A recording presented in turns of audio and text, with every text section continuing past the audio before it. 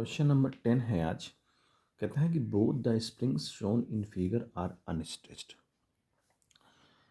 If the block is displaced by a distance X and release what will be the initial acceleration पता करना है।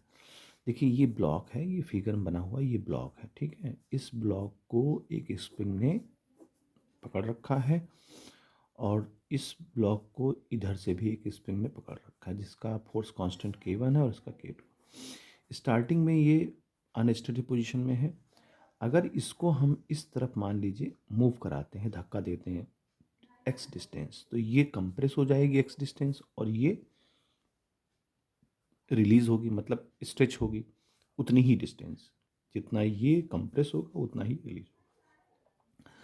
अब देखिए जब हम इसको इस डायरेक्शन में रिलीज मतलब कंप्रेस करेंगे तो इस पर एक रीस्टोरिंग फोर्स इस डायरेक्शन में काम करेगा और जब ये इधर खींचेगा, जब ये स्प्रिंग इधर कंप्रेस होगी तो इस पर भी एक रीस्टोरिंग फोर्स इस डायरेक्शन में काम करेगा।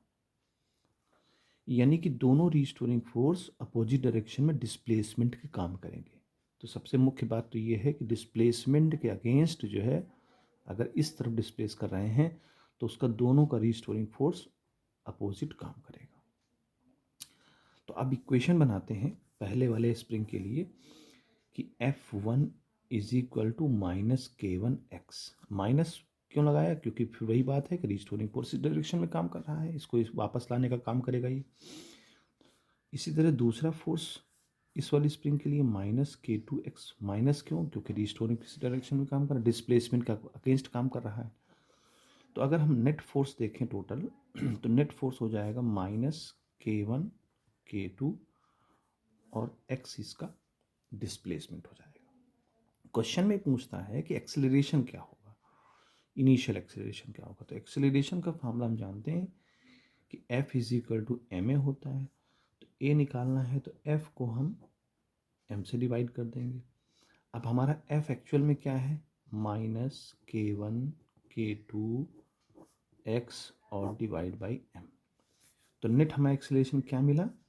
-K1 K2 x और डिवाइड बाई m। ठीक है। ये जो माइनस साइन आपको दिखा रहा है, ये माइनस साइन आपको दिखा रहा है कि अपोजिट टू द डिस्प्लेसमेंट, यानी एक्सेलरेशन एक्ट अपोजिट